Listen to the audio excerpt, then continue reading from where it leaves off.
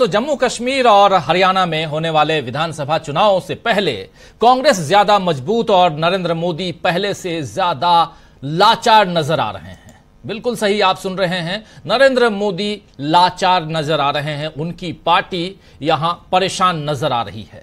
और दूसरी तरफ आरएसएस प्रमुख यानी संघ प्रमुख मोहन भागवत ने 3 महीने में 2 बार मोदी को भगवान वाले बयान पर नसीहत दे दी है, जिससे पता चलता है कि मोदी का सियासी कद किस तेजी से घट चुका है या घट रहा है। वैसे भी मोदी अब विदेश यात्राओं से लौटते हैं तो एयरपोर्ट पर मोदी मोदी करने वाले नहीं दिखते। यहां तक कि भाजपा अध्यक्ष जेपी नड्डा भी नजर नहीं आते हैं, जिनसे मोदी पूछ पाए कि देश में सब कुछ चंगा तो चल रहा, यानी अच्छा तो है। यानी मोदी की अब पहले जैसी पूछ परख नहीं हो रही है।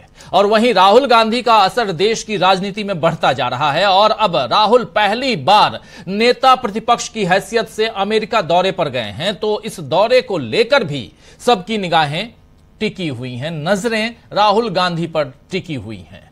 अमेरिका के अलग अलग शहरों में राहुल गांधी के कार्यक्रम हैं, बैठकें हैं, प्रेस कॉन्फ्रेंस है और इन सब को लेकर वहां के भारतीयों के साथ साथ देश को भी इंतजार है कि राहुल अब किस तरह का भाषण वहां देते हैं, कौन से मुद्दों को उठाते हैं। वैसे दिलचस्प बात यह है कि राहुल गांधी अमेरिका में चुनावी हलचल के बीच पहुंचे हैं और इधर देश में जो चुनावी हलचल हो रही है उसमें भी राहुल की रणनीति से बीजेपी मात खाती नजर आ रही है। आप जानते हैं कि हरियाणा चुनाव से पहले विनेश फोगाट और बजरंग पुनिया के कांग्रेस में शामिल होने की चर्चा चल रही थी। अभी ये दोनों राहुल गांधी से मिले ही थे और आज दोनों ने कांग्रेस ज्वाइन कर ली है। विनेश फोगाट ने इस दौरान क्या कुछ कहा है, आइए पहले सुन लेते हैं। आज विनेश फोगाट और बजरंग पुनिया कांग्रेस ज्वाइन करते हैं। कांग्रेस ज्वाइन करने से पहले ये दोनों मल्लिकार्जुन खड़गे से मुलाकात करते हैं और 2 दिन पहले आपने देखा था कि इन दोनों की मुलाकात राहुल गांधी से हुई थी। तो राहुल गांधी का जो दमखम है वो साफ दिखाई दे रहा है। उनकी जो रणनीति है, उनकी जो चाल है, वो कैसे यहां भाजपा के अंदर भूचाल मचाए हुए है, ये सब कुछ हम समझेंगे। लेकिन यहां क्या कुछ इस मसले पर, इस मुद्दे पर और इस मौके पर विनेश फोगाट कह रही थी, जरा उन्हें सुनते हैं, सुनिए। सबसे पहले तो मैं पूरे देशवासियों का बहुत बहुत धन्यवाद कहना चाहती हूँ, आप मीडिया पर्सन्स का भी, क्योंकि आप लोग ही हम लोगों को इतना through out the journey wrestling में आपने सपोर्ट किया है। तो मैं उम्मीद करती हूँ कि मैं आपकी उम्मीदों पे खरा उतरूं बिल्कुल। और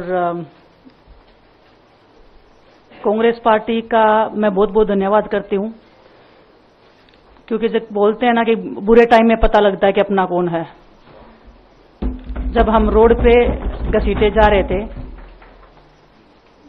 तो छोड़ के बीजेपी को देश में जितनी भी पार्टियां हैं वो हमारे साथ में थी, हमारे दर्द को समझ पा रही थी, हमारे आंसुओं को समझ पा रही थी। मैं बहुत प्राउड फील कर रही हूं कि मैं एक ऐसी पार्टी में, एक ऐसी विचारधारा में हूं जो महिलाओं के साथ हो रहा अन्याय और उनके साथ बुरे बर्ताव के खिलाफ खड़ी है। वो लड़ाई लड़ने के तैयार है, सड़क से लेकर संसद तक। और मैं विश्वास दिलाती हूँ पूरे देशवासियों को कि जो मेहनत, जो लगन से हमने रेसलिंग में काम किया है, हम चाहते हैं कि देश के हर एक नागरिक को जो दर्द, जो तकलीफ हमने झेली है, खासकर महिलाओं के लिए, हर एक उस महिला के साथ में हम खड़े हैं जो अपने आप को लाचार, अपने आप को बेबस समझती है। रेसलिंग में मैंने पूरा कोशिश किया कि मैं जितनी भी महिलाओं को, छोटी बच्चियों को इंस्पायर कर सकती हूँ। मैं चाहती तो मैं जंतर मंतर पे रेसलिंग छोड़ सकती थी और सभी लोग भी मान रहे थे, पूरा देश इस चीज को विश्वास कर रहा था, क्योंकि बीजेपी आईटी सेल ने उस चीज को साबित करने की कोशिश की थी कि हम चले हुए कारतूस हैं, हम खत्म हो गए हैं, हम पॉलिटिक्स कर रहे हैं। उन्होंने बोला मैं नेशनल नहीं खेलना चाहती, मैंने नेशनल चैंपियनशिप खेला। उन्होंने बोला ये ट्रायल्स दे के नहीं जाना चाहते, मैंने ट्रायल्स भी दिया। उन्होंने बोला कि ओलंपिक्स लेवल तक नहीं जाना चाहते, मैं ओलंपिक्स में गई, मैं फाइनल्स में गई। अनफॉर्चुनेटली परमात्मा को कोई और चीज मंजूर होगी। एक चीज मुझे पता है कि जब मेहनत आप करते हो तो जरूरी नहीं कि आपको उसी दिशा में मिले, कई बार दूसरी चीजों में भी आपको वो फल मिल जाता है।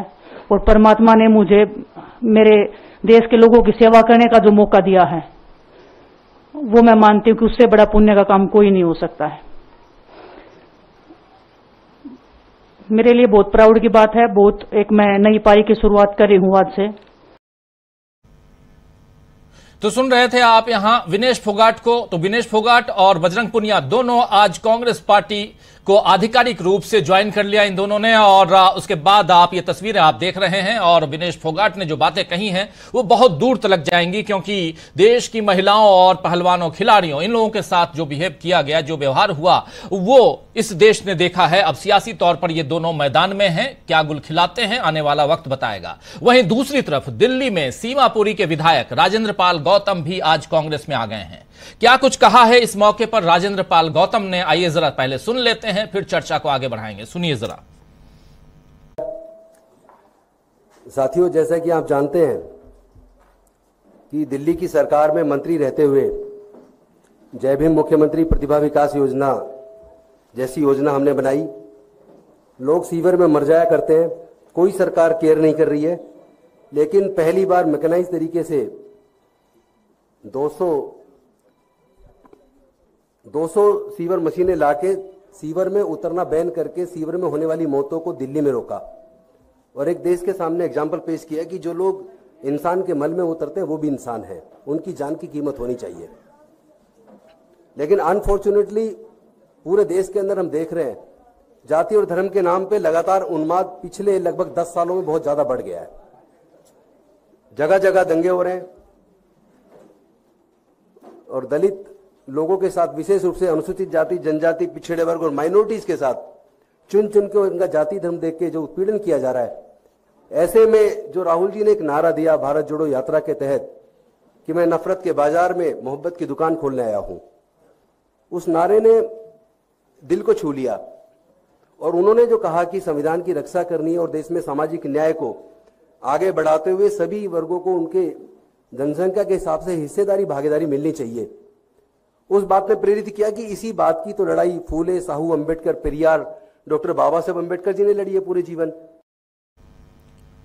तो ये थे राजेंद्र पाल गौतम। आज जब इन्होंने आधिकारिक तौर पर कांग्रेस पार्टी को ज्वाइन किया तो राहुल गांधी से कैसे इन्फ्लुएंस हुए ये बता रहे थे। इसके अलावा आप जानते हैं कि राजेंद्र पाल गौतम ने आम आदमी पार्टी के सभी पदों और सदस्यता से इस्तीफा देते हुए सोशल मीडिया पर लिखा था कि सामाजिक न्याय व सभी क्षेत्रों में बहुजन समाज की हिस्सेदारी तथा भागीदारी के संघर्ष को गतिमान करने के लिए मैं आम आदमी पार्टी के सभी पदों व सदस्यता से इस्तीफा दे रहा हूं, जय भीम, ये लिखा था राजेंद्र पाल गौतम ने।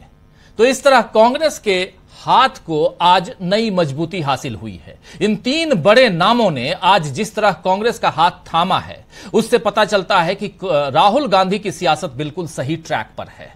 चाहे महिलाओं को न्याय की बात हो या बहुजनों को सामाजिक न्याय की बात हो, लोगों का भरोसा अब फिर से कांग्रेस पर और राहुल गांधी पर बन रहा है। वहीं दूसरी तरफ मोदी की हालत ऐसी है कि अब आरएसएस को ही उन पर भरोसा नहीं हो रहा है। तभी तो पुणे में एक कार्यक्रम को संबोधित करते हुए मोहन भागवत ने फिर से भगवान वाले बयान पर मोदी को निशाने पर लिया है। आप जानते हैं कि पिछले चुनाव में, यानी जो बीता चुनाव, लोकसभा का चुनाव, उसमें नरेंद्र मोदी ने क्या कुछ कहा था। उन्होंने खुद को कहा था कि मैं नॉन बायोलॉजिकल हूं, यानी बायोलॉजिकली वो पैदा नहीं हुए हैं, और बायोलॉजिकली जो अगर पैदा नहीं होता है तो क्या वो भगवान का अंश है। और ये बात उन्होंने अपने मुंह से चुनाव प्रचार के दौरान कही थी। इसी मसले पे पिछले 3 महीनों में दूसरी बार मोहन भागवत, आरएसएस के प्रमुख, उन्होंने नसीहत दे डाली है नरेंद्र मोदी को नसीहत। हालांकि ये भाषण उनका, मोहन भागवत का, मराठी में है। हमारे जो मराठी साथी जो महाराष्ट्र या दूर दराज से जो मराठी भाषी हैं, जो समझते हैं, वो इस बयान को, इस भाषण को समझ पाएंगे। छोटा सा बयान है, सुन लीजिए। इसका हिंदी ट्रांसलेशन मैं कर दूंगा, जरा पहले सुनिए क्या कुछ कह रहे हैं। मराठी का एक अलग अंदाज है, सुनिए जरा मोहन भागवत को, बहुत इंपॉर्टेंट है, इसलिए आप तक लेके हम आ रहे हैं, सुनिए। असं काही झालं की ते कानाच्या इथूनच परत जावं, मनात येऊ नये, याच्यासाठी परिश्रम करावे लागतात।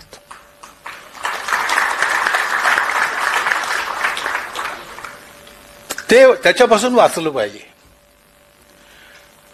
आणि म्हणून आपलं जीवन जितकं चांगलं करता येईल तितकं करावं। म्हणजे चमकू नये कोणी असं मी म्हणत नाही, प्रत्येकाने देवभात झालं पाहिजे, परंतु देव आपण झालो की नाही हे लोक ठरवतील। आपण मी देव झालो असं मानू नये। हा जो आदर्श आहे हा आदर्श भैयाजींच्या रूपाने आपल्या समोर आहे. अशा 2-3 गोष्टी मला त्या चरित्रात जाणवतात. भैयाजींना मी कधी पाहिलं नाही. मी प्रचारक जाण्याच्या अगोदर ते मणिपूरमध्ये गेले आणि प्रचारक झाल्यावर बाहेर प्रवास आपल्या प्रांताच्या मिळेल अशी जबाबदारी येईपर्यंत दुसरीकडे कुठे कुठे फिरत राहिलो. विदर्भाच्या पलीकडचा महाराष्ट्र सुद्धा मी. तो यहां आरएसएस प्रमुख मोहन भागवत ने कहा है कि हम भगवान बनेंगे या नहीं ये तो जनता तय करेगी. हमें खुद को भगवान घोषित नहीं करना चाहिए. कुछ लोग सोचते हैं कि शांत रहने के बजाय हमें बिजली की तरह चमकना चाहिए, लेकिन बिजली चमकने के बाद तो और भी अंधेरा छा जाता है. इसीलिए कार्यकर्ताओं को दिए की तरह जलना चाहिए और जरूरत पड़ने पर ही चमकना चाहिए. ये कह रहे हैं मोहन भागवत. इसके अलावा मोहन भागवत ने मणिपुर का जिक्र किया और मणिपुर के जिक्र में उन्होंने कहा कि दोनों समुदायों के बीच तालमेल बैठाने के लिए हमारे जो कार्यकर्ता हैं वो मणिपुर में काम कर रहे हैं. इस बयान में मोहन भागवत ने एक तरफ से नरेंद्र मोदी को नॉन बायोलॉजिकल वाले बयान पर घेरा है, तो दूसरी तरफ बीजेपी के उन उग्र नेताओं को भी चेतावनी दी है जो अक्सर सांप्रदायिक उन्माद फैलाने के लिए भड़काऊ बयान देते हैं, भड़काऊ भाषण देते रहते हैं. सांप्रदायिकता फैलाने का काम तो आरएसएस भी करता आया है. अगर मैं कहूं कि आरएसएस ये बीजेपी के लिए कह रहा है और खुद के लिए नहीं कह रहा, या खुद को सर्टिफाई कर रहा है कि हम सांप्रदायिकता नहीं फैलाते हैं, तो शायद ये मैं आप लोगों से बेईमानी कर रहा हूंगा. इसलिए मैं यहां कह रहा हूं कि सांप्रदायिकता फैलाने का काम तो आरएसएस भी करता ही आया है, लेकिन उसने बेहद दबे छिपे तरीके से यह काम किया और अब सत्ता में आने के बाद बीजेपी उसी काम को बिना किसी लिहाज के कर रही है. इसीलिए शायद मोहन भागवत ने यहां नसीहत दी है नरेंद्र मोदी को. लेकिन मोहन भागवत की इन नसीहतों से समझ आ रहा है कि आरएसएस और बीजेपी अब पहले की तरह तालमेल के साथ काम नहीं कर पा रहे हैं और बाकी तालमेल राहुल की रणनीति से बिगड़ रहा है. ये देख लीजिए. और इसीलिए यहां पर चर्चा मोहन भागवत के इस बयान से लेकर उधर जम्मू कश्मीर में आज आपने देखा कि बीजेपी ने अपना घोषणा पत्र जारी कर दिया है, जिसमें 370 और श्वेत पत्र, आतंकवाद पर श्वेत पत्र ये भी लाने की बात, एनसी का जो घोषणा पत्र है उस पर कांग्रेस का क्या विचार है, ये सारी बातें आज अमित शाह वहां रखते हुए नजर आए. लेकिन इधर हरियाणा में जो हो रहा है उस पर निगाहें ज्यादा टिकी हुई हैं और बीजेपी की तो और भी ज्यादा, क्योंकि बीजेपी की यहां फजीहत हो रही है. इसलिए आइए दोस्तों आज चर्चा करेंगे कि किस तरह राहुल ने बिगाड़ दिया है बीजेपी का खेल. यह बहुत इंपॉर्टेंट है जानना, और देश की सियासत में